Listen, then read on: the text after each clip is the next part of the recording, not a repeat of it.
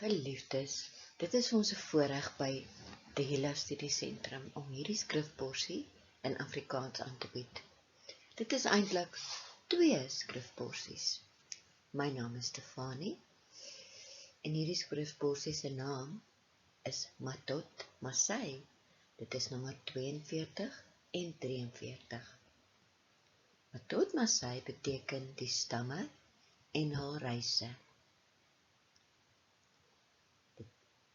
Die skrifporsie is opgestel deur olyfdakbedieninge. U is welkom om hierdie reis saam met ons te gaan. Onthou asseblief om ons te like, te share en ons te volg. Druk die duimpie knoppie, die subscribe knoppie en die klokkie, want dan kan u herinner word wanneer ons 'n nuwe skrifporsie of nuwe inligting plaas. Deel dit asseblief ver en wyd sodat die evangelie en die goeie nuus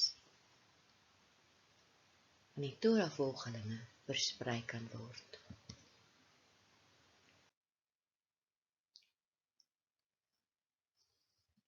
Uit die eerste 5 boeke lees ons uit Numeri 30 tot 36. In Numeri 30 word gewy aan die feit dat wanneer ons as mense belofte of 'n eed aflê, Abba Vader het Moshe opdrag gegee om die volgende aan die stamme, die Matot in Hebreëus, te kommunikeer. Moshe het met die hoofde van die stamme van die seuns van Israel gepraat en gesê: Hierdie is dit wat Jahwe beveel het. Wanneer iemand aan Jahwe 'n gelofte doen of 'n eed sweer waardeur hy homself tot iets verbind, moet hy sy woord nie breek nie. Hy moet alles wat uit sy mond uitgaan.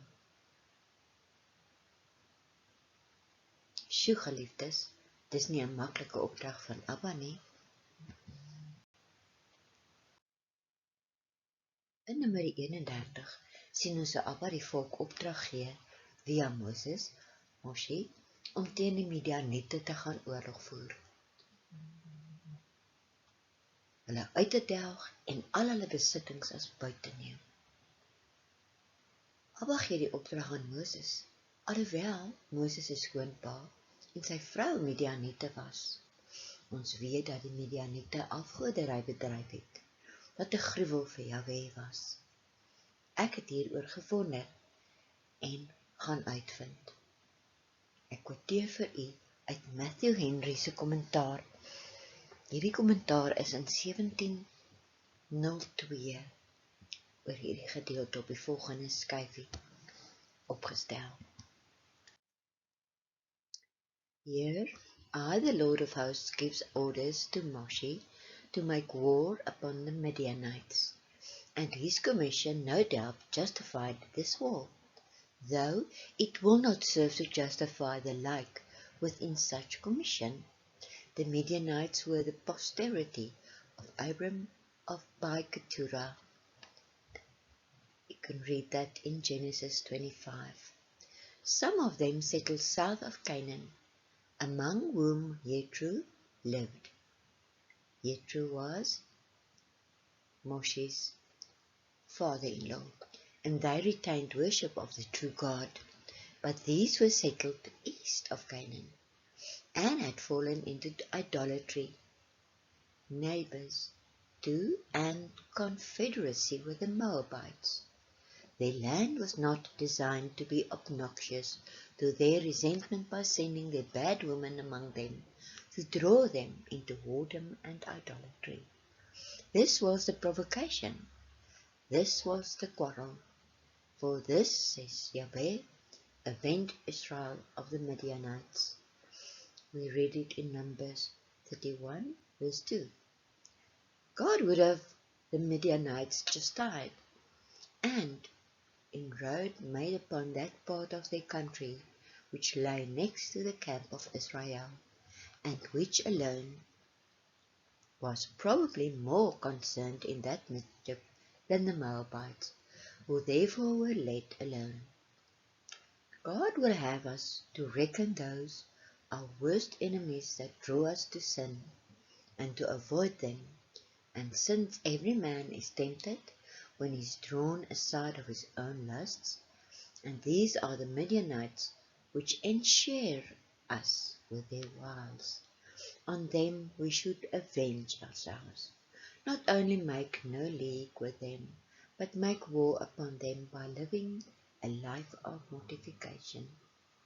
God has taken vengeance on his own people for yielding to the Midianites' temptations. Now the Midianites that gave the temptation must be reckoned with. So ons verstaan dat hulle alles wat hulle kry, nadat hulle die Midianiete verslaan het, moet wegvoer as buit en die mense doodmaak. Wat doen die manne? Hulle bring die vrouens terug. Abba gee opdrag dat selfs die vrouens doodgemaak moet word. Die meisies, wat nog maagde was, kon gehou word as slawe. En so het die Midianiete ook deel van Abba se volk geword. In Numeri 32 sien ons die detail van die verdeling van die oorlog buit, en ons word bewus van die detail van getalle, waarop Abba konsentreer, van Abba se opdragte. In Numeri 33:1, dit is die reise van die seuns van Israel, wat uit Mitzraim, Egipte, uitgetrek het, volgens die leerafdelings, onder die leierskap van Moshe en Aaron. Moshe het volgens die opdrag van Jahweh die aanvangsplekke van hul reise opgeskryf. Jy kan hier 'n kaart daarvan sien. Dit is 'n moontlike kaart, want soos meeste van die navorsingsplekke sê, hulle het min of meer die plekke uitgeken. Massei is die Hebreëse woord vir reise of vertrekplekke. In hierdie hoofstuk sien ons die opsomming van die stamme en reise, sedert hulle uit Egipte vertrek het. Moshe teken dit aan soos 'n joernaal vir die nageslagte. Elke stopplek of kampplek, waarvandaan die volk elke keer vertrek het, word sorgvuldig aangeteken. Hier kan ons net noem dat die stam van Ruben en Gad en die helfte van die stam van Manasse uiteindelik nie kans gesien het om die beloofde land in te gaan nie. Moshe gee egter opdrag dat as hulle manne saam met die volk sal veg, wanneer hulle die land moet gaan inneem, daardie stamme wil aan die ooste kant van die Jordaan mag vestig. Hoe hartseer is dit, dat hulle nie Vader se erfenis aan hulle wou in besit neem nie. Hulle was dan ook van die eerste stamme wat weggevoer is na die heidense lande. In, soos die Engelse sê, captivity. In Numeri 34 word Moshe deur Vader Jahweh sorgvuldig ingelig oor die grense van die beloofde land. In hoofstuk 35 word daar behalwe die bendes en offerandes aan die Lewiete, ook blyplek gedeeltes van stede aan die Lewiete toegeken, en hul vee, waar hulle kon wy. So sorg Abba vir die mense wat in sy diens staan. Abba ken ook sekere stede toe, wat as toevlugstede vir iemand wat manslag gepleeg het, en onskuldig is om te gaan skuil. In hoofstuk 36 sluit Moshe af met die instruksies wat Jahweh gegee het, oor die erfreg van vroue wanneer hulle trou. So gee Abba opdragte aan Moshe en aan sy mense vir elke faset van hul lewens. Die laaste vers van Numeri spel dit vir ons uit. Hierdie is die opdragte en die wette wat Jotawafai die seuns van Israel beveel het, deur die hand van Moshe in die vlaktes van Moab, by die Jordan, dis die Jordaanrivier, oorkant Jerigo.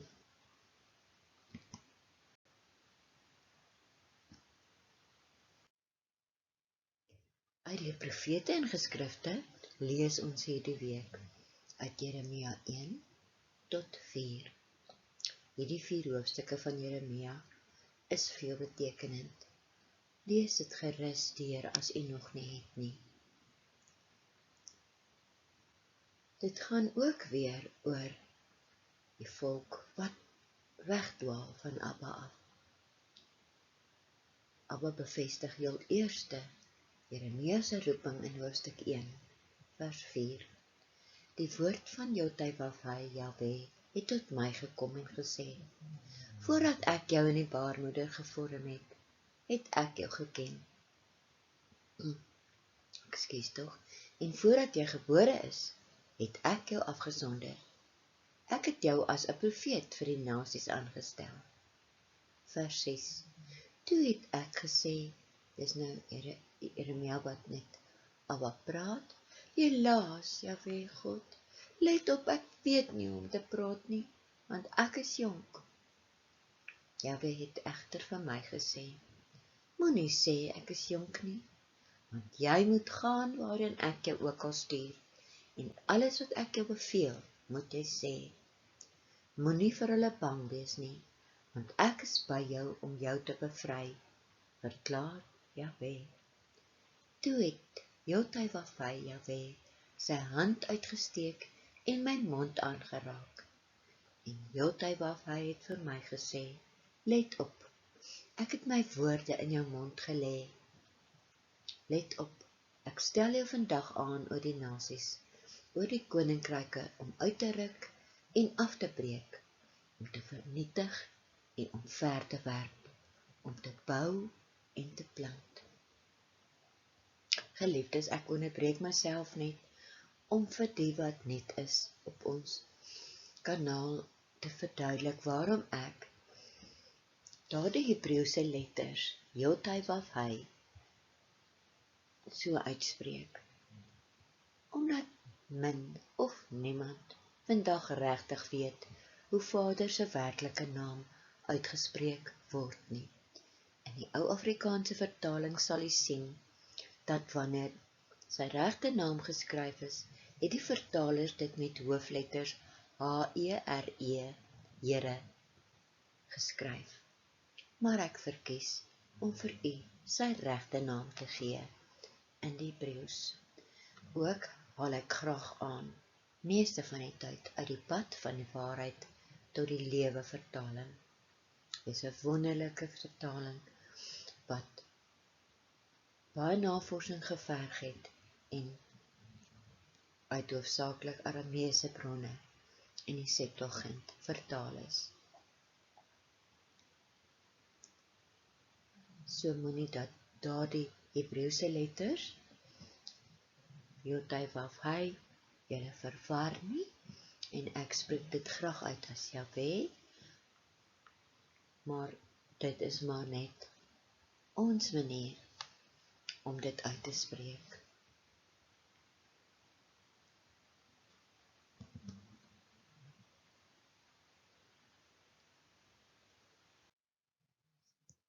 Abba wil vandag vir elkeen wat graag vir hom wil werk en getuig, versterk met die volgende verse uit Jeremia, vers 17.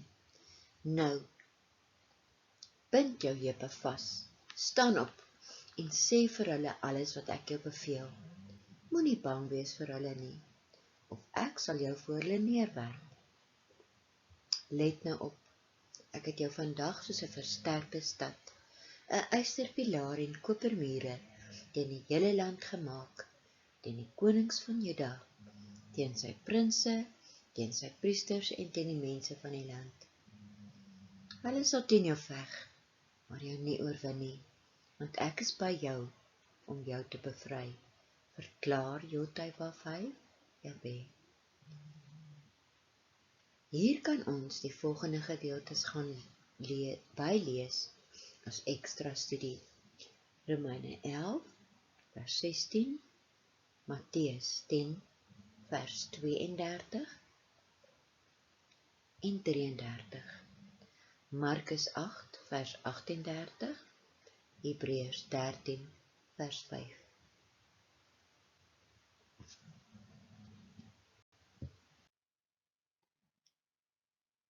Uit die goeie nuus lees ek ook graag dan vir u uit Hebreërs 13 vers 5 tot 9.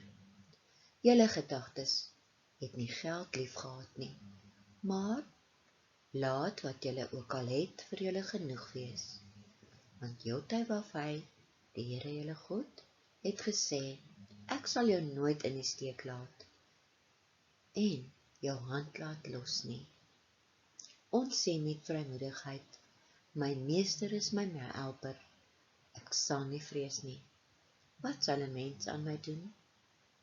Onthou julle gidse, die wat die boodskap van God aan julle verkondig, kyk na die resultate van hulle optrede en volg hulle vertroue na. Yeshua, die gesalfde een.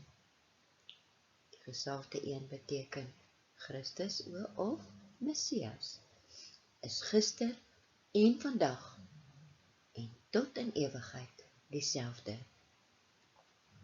Moenie gelei word deur vreemde en veranderlike leringe nie, want dit is goed dat die verstand, wil en emosie, dit is die hart, versterk word, deur onverdiende guns, nie deur kos nie, waarvan die wat daarin leef, geen voordeel het nie.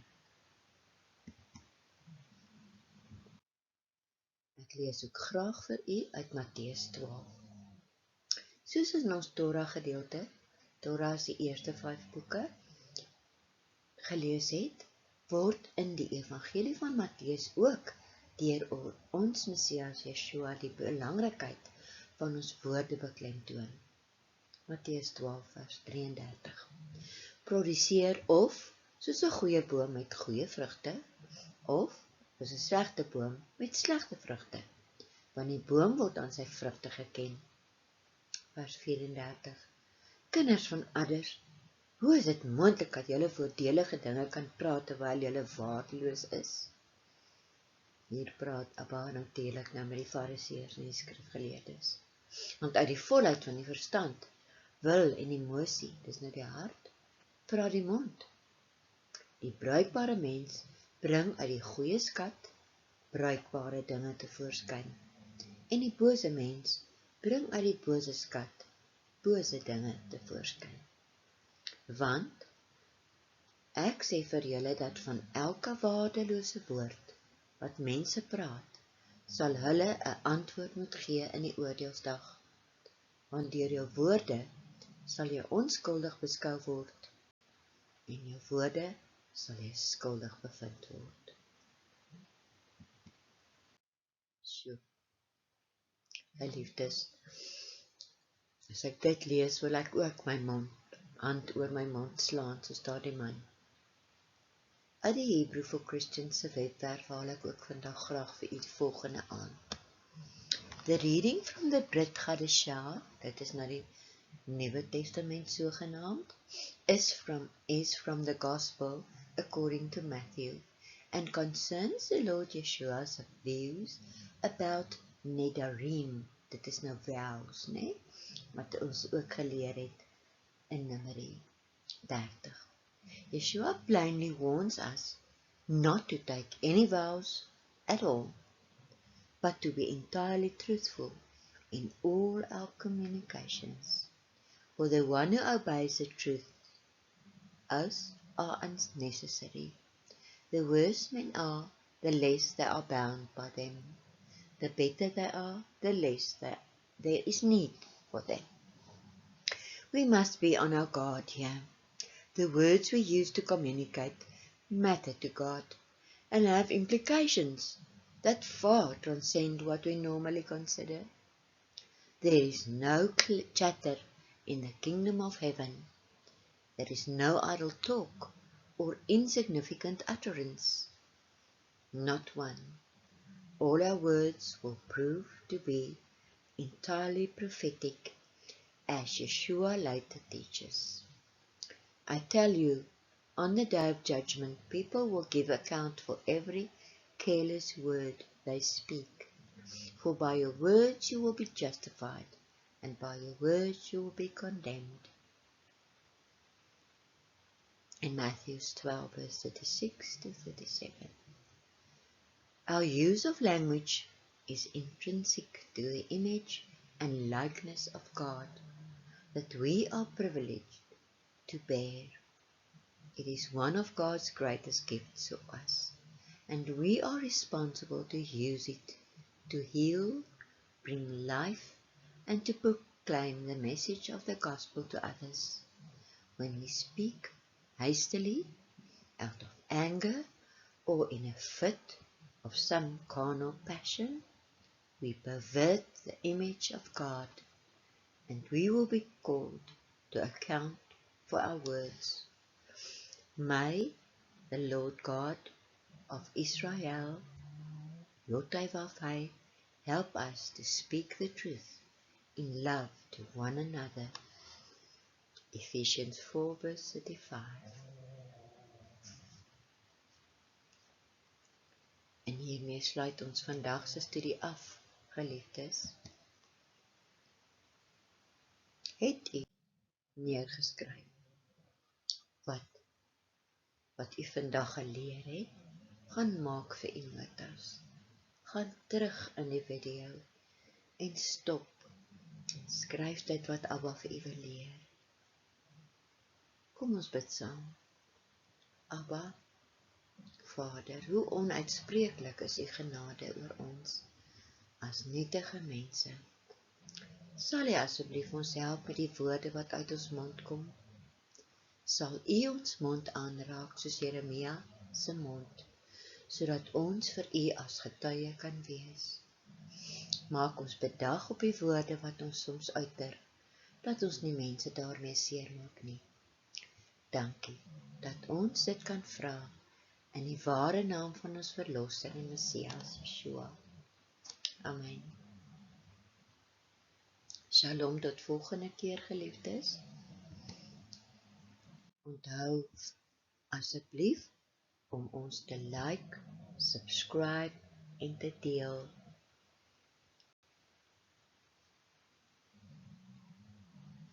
En mag u 'n geseënde week hê.